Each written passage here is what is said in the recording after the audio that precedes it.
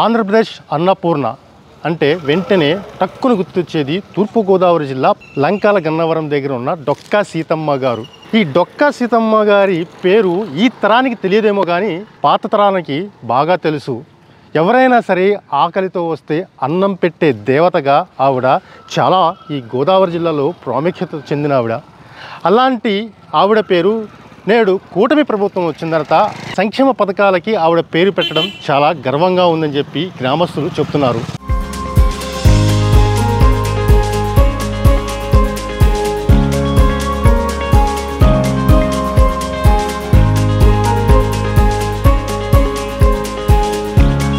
డొక్కా సీతమ్మ గోదావరి జిల్లాలో ఈ పేరు తెలియని వారుండరు. తమ ఇంటికి ఎవరొచ్చినా ఏ సమయంలో వచ్చినా లేదు అనే మాట లేకుండా అందరి ఆకలి తీర్చిన గొప్ప వ్యక్తి డొక్కా సీతమ్మ. తూర్పుగోదావరి జిల్లాలో 1841లో జన్మించిన డొక్కా సీతమ్మ ఆంధ్ర అన్నపూర్ణగా పేరుగాంచారు. అన్ని దానాల్లోకెల్లా అన్నదానం గొప్పది. అన్నం పరబ్రహ్మ స్వరూపం వంటి సూక్తులు చెప్పడం కంటే ఆచరించడం చాలా కష్టం.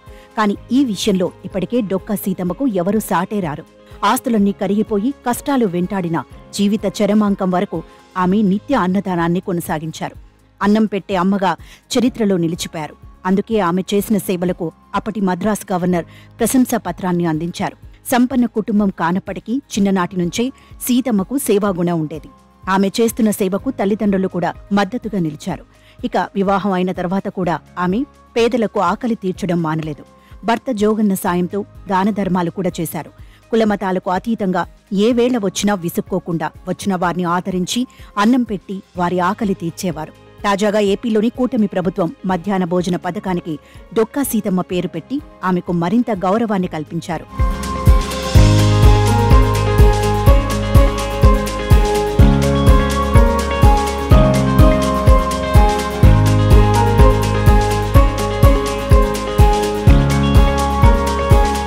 ఉమ్మడి తూర్పుగోదావరి జిల్లా మండపేటకు చెందిన అనప్పిండి భవానీ శంకరం నరసమ్మ దంపతులకు 1841 అక్టోబర్లో సీతమ్మ జన్మించారు.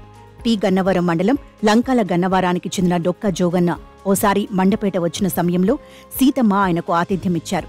దానికి మెచ్చిన ఆయన 1850లో ఆమెను పెళ్లి చేసుకున్నారు. ఎంతమంది ఇంటికి వచ్చినా ఆమె లేదనకుండా అన్నం పెట్టేవారు. డొక్కా సీతమ్మ అన్నదానం గురించి అనేక కథలు ప్రాచుర్యంలో ఉన్నాయి. అప్పట్లో పీఠాపురం మహారాజు సైతం మారువేషంలో వచ్చి సీతమ్మ ఆతిథ్యాన్ని స్వీకరించారని చెబుతారు. సీతమ్మ అన్నదానం గురించి తెలుసుకున్న బ్రిటిష్ చక్రవర్తి 7వ ఎడ్వర్డ్ ఆమె దాతృత్వాన్ని ప్రశంసిస్తూ యోగ్యతా పత్రాన్ని పంపించారు.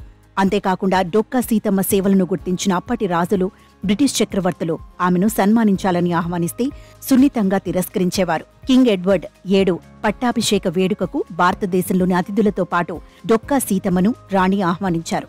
ఆమె సున్నితంగా తిరస్కరించడంతో సీతమ్మ చిత్రపటాన్ని తెప్పించుకుని పట్టాభిషేక వేడుక చేసుకున్నారని చెబుతారు. అంతేకాకుండా ఆ రోజుల్లో ప్రతి సంవత్సరం లండన్లో జరిగే చక్రవర్తి పట్టాభిషేక ఉత్సవాల్లో దర్బారు హాల్లో సీతమ్మ గారి ఫోటో పెట్టేందుకు ఆదేశించారు. అలా ఆ ఫోటో కోసం ఒక్కసారి కెమెరా ముందు కుర్చీలో కూర్చొని ఫోటో దిగారు సీతమ్మ. అంతర్వీధి ప్రయాణం వెళ్దామని చెప్పేసి మేనాలో అప్పుడు ట్రాన్స్పోర్టేషన్ లేదు కదా, మేనాలో బోయిలు తీసుకెళ్తుంటే ఒక పెళ్లి బృందం ఎదురయ్యి అందులో చంటి పిల్లలు వాళ్ళు ఏడుస్తుంటే ఇక్కడ జస్ట్ ఇంచుమించుగా నాగుల్లంక ఏరియా మా ఊరికి ఒక 5-6 కిలోమీటర్ల దూరంలో కంగారు పడకమ్మ మన డొక్కా సీతమ్మ గారి ఇల్లు దగ్గరికి వచ్చేస్తుంది, అక్కడికి వెళ్తున్నాం, అక్కడ మనం భోజనాలు తిందాం, ఏడవకండి అని చెప్పండి. ఆ మాటలు ఆవిడ చెవిని పడి ఆవిడ మళ్ళీ బ్యాక్ అయిపోయి వచ్చేసిందండి. ఆ రోజుల్లో అయ్యో మన గురించి మనం లేకపోతే వాళ్ళు ఏమవుతారని చెప్పేసి అదొకటండి. తర్వాత అక్యుడేట్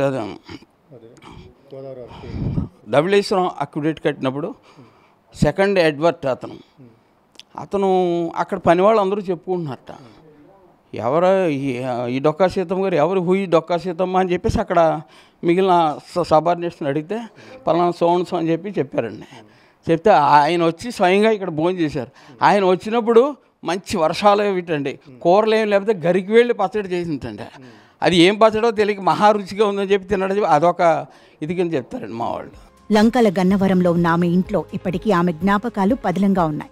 ఆమె వాడిన కుర్చీ, భోషాణం, సన్నికల్లు, రుబ్బురోలు, పెరట్లో గిలకబావి ఇప్పటికీ కనిపిస్తాయి. సీతమ్మ నివాసం వాస్తవ రూపం చెడిపోకుండా ఆమె వంశీకులు 2013లో బాగు చేయించారు. 1903 జనవరి 1న అప్పటి మద్రాసు ప్రభుత్వం ఆమెకు ప్రశంసా పత్రాన్ని ఇచ్చింది. భారతదేశ 7వ బ్రిటిష్ చక్రవర్తి ఎడ్వర్డ్ పేరు మీద మద్రాసు ప్రభుత్వ చీఫ్ సెక్రటరీ జి స్టోక్స్ ఈ ప్రశంసా పత్రాన్ని అందించారు. ఇక ఆంధ్రప్రదేశ్ అన్నపూర్ణగా పేరుగాంచిన డొక్కా సీతమ్మ పేరు మీదని పి గన్నవరం దగ్గర వైనతేయ గోదావరిపై అక్విడక్ట్ ను నిర్మించారు.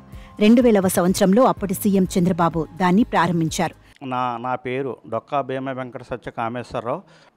ఆవిడ నాకు మా నాయనమ్మ గారు అవుతారు. నేను 2013లో మా అన్నదమ్ములందరూ కలిపి 4 కుటుంబాలు 40 లక్షల రూపాయలు వ్యయంతో ఈ ఇల్లు పెరడు కాంపౌండ్ వాళ్ళు అన్నీ కూడా నిర్మించి ఉన్నాము.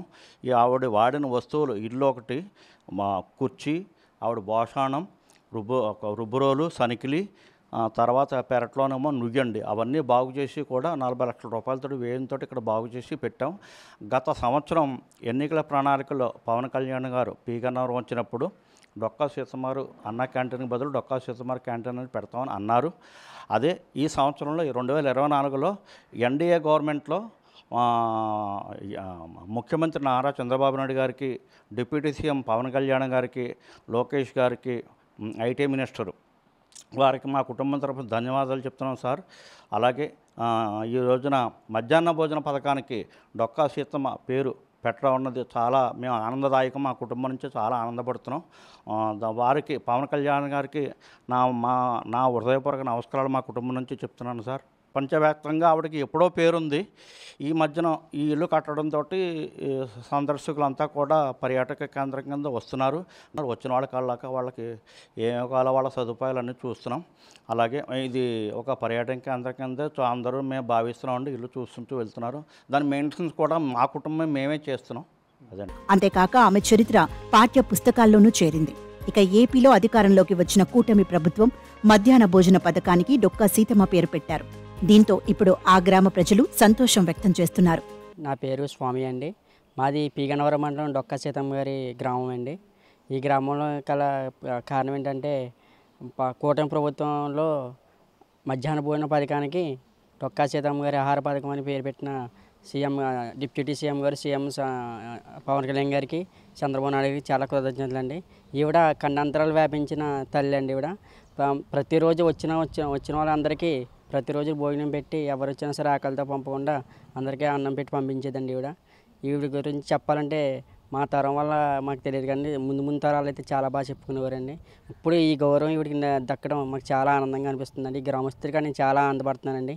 అలాగే ఈ గ్రామాన్ని కూడా డొక్కా సీతమ్మ వారి గ్రామం చేయాలని మేము కోరుకుంటున్నామండి. అది కూడా లంకగన్నవరం గ్రామం కాకుండా డొక్కా సీతమ్మ వారి గ్రామం చేస్తే మాకు చాలా ఆనందంగా ఉంటుందని మేము కూడా కోరుకుంటున్నామండి.